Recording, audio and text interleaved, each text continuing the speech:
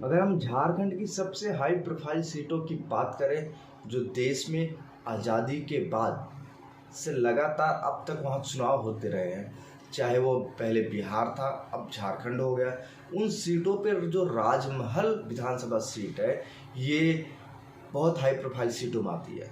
1952 में हुए चुनाव, यहाँ पे कांग्रेस के मोहम्मद अकबरुद्दीन ने पहला चुनाव जीता था। फिर 1957 का चुनाव हुआ, फिर 62 का चुनाव, फिर ऐसे चुनाव होते गए। लेकिन जब देश में आपातकाल 1969 में ध्रुव भगत बीजेपी के समर्थन से यहाँ पे विधायक बनते हैं।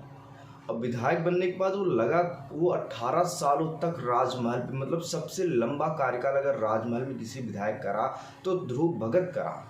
लेकिन वहीं दूसरी तरफ जेएमएम इस सीट पे कभी बाजी मार लेती, कभी कांग्रेस बाजी मार लेती, लेकिन बीजेपी का ये सीट गढ़ बन गया।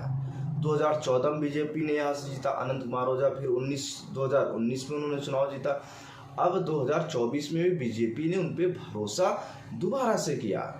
लेकिन बीजेपी के लिए सीट किसी मुसीबत से कम नहीं रही। बीजेपी के अरुण मंडल यहाँ पे जब विधायक थे तो उन पे घोटाले का आरोपी बनाया गया, और जब वो आरोपी बने तो बीजेपी ने उन्हें पार्टी से निष्कासित कर दिया। निष्कासित करने के बाद ये सीट चली गई जेएमएम के पास और कांग्रेस के पास, और फिर बीजेपी ने इस पर कब्जा किया।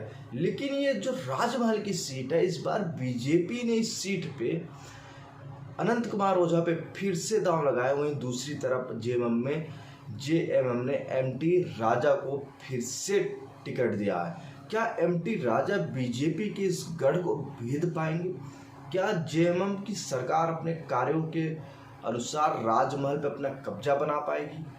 राजमहल सीट पे जेएमएम जैसे दुमका में, जैसे बरहेट में, जैसे गांडे में बीजेपी को हराकर बीजेपी का कहीं अता पता नहीं होने देती जेएमएम, क्या उसी तरह राजमहल जैसी हाई प्रोफाइल सीटों पे जेएमएम कब्जा करेगी? क्या हेमंत सोरेन अपने काम के लिए, अपने काम के अनुसार राजमहल पे कब्जा करेंगे?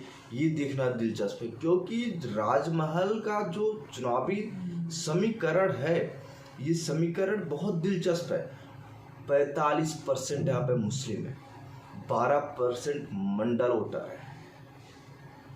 आप सोच सकते हो 45%, क्योंकि जो मुस्लिम वोटर है वो कहा जाता है कि जेएमएम और कांग्रेस का इस समय मूल वोटर बन चुका है और बीजेपी के लिए राह आसान नहीं है।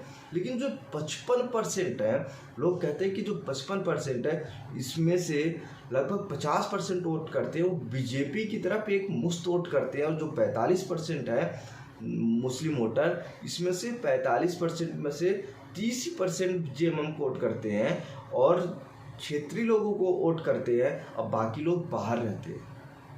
मतलब आप कह सकते हो कि जेएमएम सोच रही है कि जो उनके रोहिंग्या वोटर हैं, जो बांग्लादेशी मुसलमान हैं और जो वहाँ के क्षेत्रीय मुसलमान हैं, जो वोटर हैं वो उनको वोट करते हैं। लेकिन राजमहल का समीकरण बहुत अलग हो चुका है। क्या अनंत कुमार ओझा फिर से जीतेंगे? क्या राजमहल एक नया इतिहास रचेगा? क्या जेएमएम के जो खिलाड़ी हैं, जो जेएमएम के प्रत्याशी हैं, बीजेपी के इस गढ़ को भेद पाएंगे? ये आने वाला समय बताएगा, क्योंकि झारखंड में जो चुनाव है, बीजेपी अलग मोड में चल रही है, बीजेपी सरकार बनाने के मोड में चल रही है। जो बीजेपी का टारगेट है 50 से 55 सीटों का है, क्या राजमहल उसमें साथ देगा? ये बहुत बड़ी बात है। आप सबको क्या लगता है, राजमहल के जो 45% मुसलमान हैं किसके साथ है? राजमहल के जो हिंदू वोटर हैं वो किसके साथ है?